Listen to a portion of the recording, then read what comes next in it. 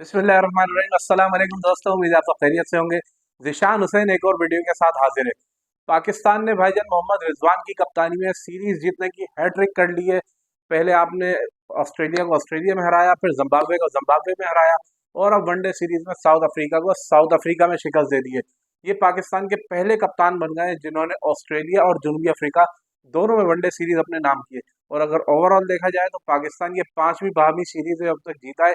इससे पहले पाकिस्तान ने अफगानिस्तान को शिकस्त दी थी, फिर न्यूजीलैंड को शिकस्त दी। उसके बाद आपके निशाने पर आया ऑस्ट्रेलिया, फिर आया जिम्बाब्वे और अब साउथ अफ्रीका भी आपके सामने चित हो गया। अच्छा जी, पाकिस्तान के लिए मैच में बड़ी ही जबरदस्त परफॉर्मेंसेज रही। पाकिस्तान ने सीरीज जीती यहाँ पर और बड़े यादगार मैच रहा। लेकिन क्लासन की एक हरकत ने पाकिस्तान की जो जीत है उसको किरकिरा किया, मुतनाज़ा बनाया। उसने अपनी बैटिंग के दौरान कुछ ना कुछ इस तरह इंग्लिश में बोला कि जैसे बॉल टेम्परिंग का उसने पाकिस्तान के ऊपर इल्ज़ाम लगाया। लेकिन रिजवान हमारे जो कप्तान है उन्होंने फ़ौरन आके उसको पकड़ा और उसके साथ बहस एक तरह से शुरू हो गई। जब क्लासन की मोहम्मद रिजवान से बहस चल रही थी तो इस दौरान डेविड मिलर जो उनके साथ बैटिंग कर रहे थे वो भी आ गए, बीच में कूद पड़े। और पीछे से फिर बाबर आजम जो हमारे साबिक कप्तान है वो रिजवान की सपोर्ट में आगे खड़े हुए। उन्होंने वहां पर जाकर सामना किया। फिर अंपायर आए बीच में, उन्होंने आपस में कुछ ना कुछ मुक्का कराया। दो बार ऐसा हुआ कि हीटेड मोमेंट हमें देखने को मिले। लेकिन पाकिस्तान के जब बॉलर्स का पेस ऊपर जाता है ना तो दुनिया को यही लगना शुरू हो जाता है कि पाकिस्तानी बॉलर्स कुछ ना कुछ गेंद के साथ कर रहे हैं। हालांकि ऐसा नहीं है, यही हमारे बॉलर्स थे जिनका पेस नीचे आया हुआ था। ना रिवर्स स्विंग हो रही थी, ना उस तरह से पाकिस्तानी बॉलर्स को बाइट मिल रही थी विकेट से। लेकिन अब जब ये फॉर्म में आ गए हैं, इनकी फिटनेस बेहतर हुई है, इनका पेस ऊपर चला गया है, 140 और 120-25 में जमीन आसमान का फर्क होता है। अब वही शाहिन शाह अफरीदी आपके लिए अनप्लेबल बना हुआ है। क्या यॉर्करें मारी है यार आज उसने। यॉर्कर भी इतनी क्लास की, बिल्कुल मार्को यंसन का तो डंडे ऐसे उखड़े। उसके उसने शायद जिंदगी में ऐसी यॉर्कर ना खेली, इतनी क्लास की यॉर्कर थी। इसके अलावा डेविड मिलर जिस तरह आउट हुए, गेंद पड़ी और पड़ते ही ऐसी शार्प अंदर कट हुई। पता नहीं अंपायर का लेवल भी कोई इतना घटिया था इस मैच के अंदर। जनूबी अफ्रीका के अंपायर खड़े हुए थे, पता नहीं क्या वो बारीक काम कर रहे थे या क्या करना चाह रहे थे, समझ में नहीं आया। इतने प्लम प्लम आउट थे, इतने क्लियर आउट थे, लेकिन उनकी उंगली नहीं उठ रही। फौरन गर्दन शेक करके इस तरह साइड में जा रहे थे। भाई जो चीज़ है वो दे दो ना। और रिजवान ने कितने कमाल के रिव्यू दिए हैं यार आज। इससे पहले अगर आप देखें तो रिजवान का कोई रिव्यूज के मामले में इतना अच्छा रिकॉर्ड नहीं है। लेकिन आज जो उन्होंने स्पॉट ऑन रिव्यूज दिए हैं, वाकई में पाकिस्तान समझ लो उन फैसलों की वजह से भी जीता है। क्योंकि अगर वहां पर रिजवान रिव्यू ना लेते या बॉलर जितने कॉन्फिडेंस से उन्होंने बोला। अबरार अहमद ने जिस तरह आके वो एलबीडब्ल्यू की अपील पे मार्करम जो बॉल कर रहे मार्करम बैटिंग कर रहे थे, वहां पर अबरार का जिस तरह कॉन्फिडेंस था। और इसके बाद शाहीन शाह अफरीदी खुद भी श्योर नहीं थे, रिजवान भी श्योर नहीं थे, लेकिन सलमान अली आगा ने उनको मतलब पुश किया कि भाई रिव्यू लो, मुझे आवाज़ लगी है। तो बड़े ही स्पॉट ऑन रिव्यूज हुए यहाँ पर, लेकिन अंपायरिंग बड़ी ही घटिया रही भाई, ये बात तो क्लियर है। और इस मैच की सबसे खास बात, रिजवान भी फॉर्म में आ गए। रन्स की 80 गेंदों पर 82 गेंदों पर 80 रन। इसके अलावा बाबर आजम जो पिछले काफ़ी अरसे से कोई 50 भी नहीं बना पा रहे थे, आज उन्होंने बिल आखिर 73 रन्स की नॉक खेली और बिल आखिर उनके कुछ हमें रन्स देखने को मिले। बड़े अरसे बाद हमें वो बाबर आजम की झलक पिछले मैच में भी थोड़ी सी नजर आई थी, लेकिन आज उन्होंने जिस तरह विकेट पर स्टे किया, रन्स किए। लेकिन star of the show, star of the night कहें या डे कहें, जनूबी अफ्रीका में 2 दिन था, वो थे कामरान गुलाम। अरे भाई, एक्सपेक्टेड भी नहीं था यार इस बंदे से कि इतनी क्लास की और इतनी क्लीन हिटिंग करेगा। एक हाथ से छक्का, ये पुल मारा छक्का। साउथ अफ्रीकन बॉलर्स के तो उसने वाकई में छक्के छुड़ा दिए यार। कामरान गुलाम की इनिंग इस मैच का टर्निंग पॉइंट थी। और 32 गेंदों पर 63 रन, जिसके अंदर 4 चौके 5 छक्के, यार कमाल कर दिया। मैच के बाद जब रिजवान पोस्ट मैच कॉन्फ्रेंस में बात कर रहे थे, उन्होंने भी यही बोला कि कामरान गुलाम जो है ये केपी रीजन से ही है, इन्होंने मेरे साथ काफ़ी क्रिकेट खेली है, काफ़ी अरसे से मैं इनको देखता आ रहा हूँ, पिशावर से भी खेले, लेकिन कभी भी इनको मैंने ऐसी बैटिंग नहीं करता देखी। तो उन्होंने यही बोला कि मुझे इन पर भरोसा था, सब चीज़ें थी, लेकिन इन्होंने मेरी तवक्को से भी बढ़कर परफॉर्म किया है। खैर भाई, कामरान गुलाम जब डोमेस्टिक के रगड़े खाए हुए लोग, डिजर्विंग लोग जब परफॉर्म करते हैं तो वाकई में दिल से खुशी होती है।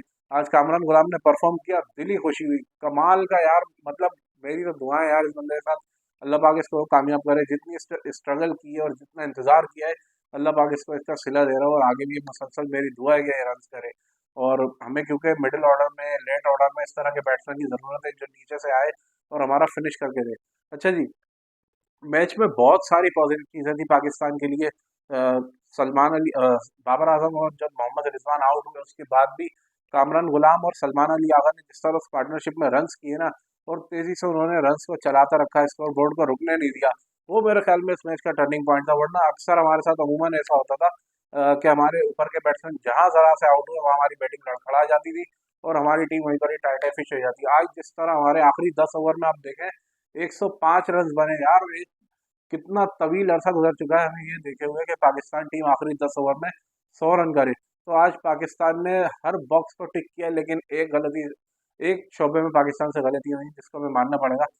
साउथ अफ्रीका की इनिंग्स में भी साउथ अफ्रीका ने 5 कैच ड्रॉप किए, पाकिस्तान ने भी रनआउट मिस किए, नसीम शाह से कैच ड्रॉप हुआ, साइम अयूब से कैच ड्रॉप हुआ, पाकिस्तान ने भी फील्डिंग में काफ़ी लैप्सेस किए हैं। इसको अगर बेहतर करेंगे हम इंशाल्लाह ताला, और हमारी जो है टीम की परफॉर्मेंस मज़ीद निकल जाएगी और चैंपियंस ट्रॉफी के लिए हमारी टीम एक बड़ी तगड़ी कैंडिडेट बन जाएगी, क्योंकि एक तो हम मेज़बान भी हैं, दिफाई चैंपियन भी हैं।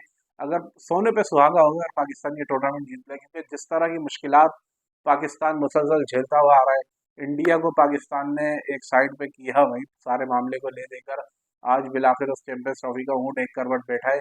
और आईसीसी ने इस बात की तस्दीक कर दी है कि फ्यूजन मॉडल के तहत अब ना पाकिस्तान भारत जाएगा और ना भारत पाकिस्तान आएगा। तो बड़ा ही मतलब एक एक्साइटिंग डे रहा है ये पाकिस्तान क्रिकेट के लिहाज से। एक तो हमने आईसीसी के मुहाज पर फतह हासिल की, फिर जनूबी अफ्रीका को शिकस्त दी, और शिकस्त भी ऐसी दी कि वन साइडेड करके रख दिया। 330 रन का हमने हदफ दिया था। हमारे तमाम बल्लेबाजों ने डट कर बैटिंग की, सिर्फ और सिर्फ एक अब्दुल्ला शफीक काफ़ी कमज़ोर कड़ी रख रहे हैं। ऑस्ट्रेलिया में वो एक्सपोज हुए, टेस्ट सीरीज में इंग्लैंड के खिलाफ उनसे रन नहीं हुए, एक एक शायद उन्होंने सेंचुरी की, लेकिन उसके आगे पीछे कोई ऐसी परफॉर्मेंस है नहीं। ओडीआई फॉर्मेट में आ जाए आप, सिर्फ जिम्बाब्वे में उनका 150 था, 132 रन थे, इसके अलावा 2 डक यहाँ पर हो गए। तो अब्दुल्ला शफीक की किताब के जो है पन्ने फटते जा रहे हैं। उनको ना बड़ा ही मतलब एक बार वापसी करने के लिए दोबारा अपने आप को मेंटली रिलैक्स करना पड़ेगा, खुद को वो जांचे कि उनसे क्या गलतियां हो रही है। मुसलसल इस तरह से अगर वो आउट होते रहेंगे तो उनके लिए सर्वाइव करना मुश्किल हो जाएगा। और इमाम उल हक के बारे में मैं कहना चाहूँगा कि ओडीआई फॉर्मेट में तो उस बंदे की जगह बनती है, क्योंकि अगर आपके एक तरफ से साइम अयूब है और फ़खर जमान को आप वैसे टीम में नहीं ला रहे हो, लेकिन अब्दुल्ला शफीक अगर आउट ऑफ फॉर्म हो जाते हैं तो इमाम उल हक की कोई गलती नहीं है भाई, उसको टीम में लेकर आओ। उसकी आप ओडीआई एवरेज देखें, 50+ की उसकी एवरेज है, उसने हर जगह रन्स करके दिए हैं आपको। उसको एक बस पर्ची का टैग दे दिया गया है कि वो पर्ची है। भाई पर्ची नहीं है, जो परफॉर्म करे उसको टीम में होना चाहिए। पाकिस्तान ने बड़ी अच्छी सीरीज जीती है, लगातार 5वीं सीरीज जीती, रिजवान की कप्तानी में हैट्रिक हो गई सीरीज जीतने की, वनडे की। और अब उम्मीद है कि पाकिस्तान आखिरी वनडे में भी वाइट वॉश करेगा। T20 जितनी हमने ऑस्ट्रेलिया में हम जैसे सीरीज हारे थे छोटी टीम से, और जिसमें सारे स्टार खिलाड़ी थे, ओडीआई सीरीज हम जीत गए। इसके अलावा हम जब जनूबी अफ्रीका आए यहाँ पे भी उनके 7 खिलाड़ी नहीं थे, T20 सीरीज हार गए, वनडे में आए तो स्टार खिलाड़ी को मौजूदगी में भी जीत गए। तो पाकिस्तान टीम भाई ऐसी है, कभी भी कुछ भी कर सकती है, अच्छे से अच्छी टीम से जीत भी सकती है और बुरी से बुरी टीम से हार भी सकती है। अगली वीडियो में मुलाकात होगी, लाइक शेयर और सब्सक्राइब जरूर करें।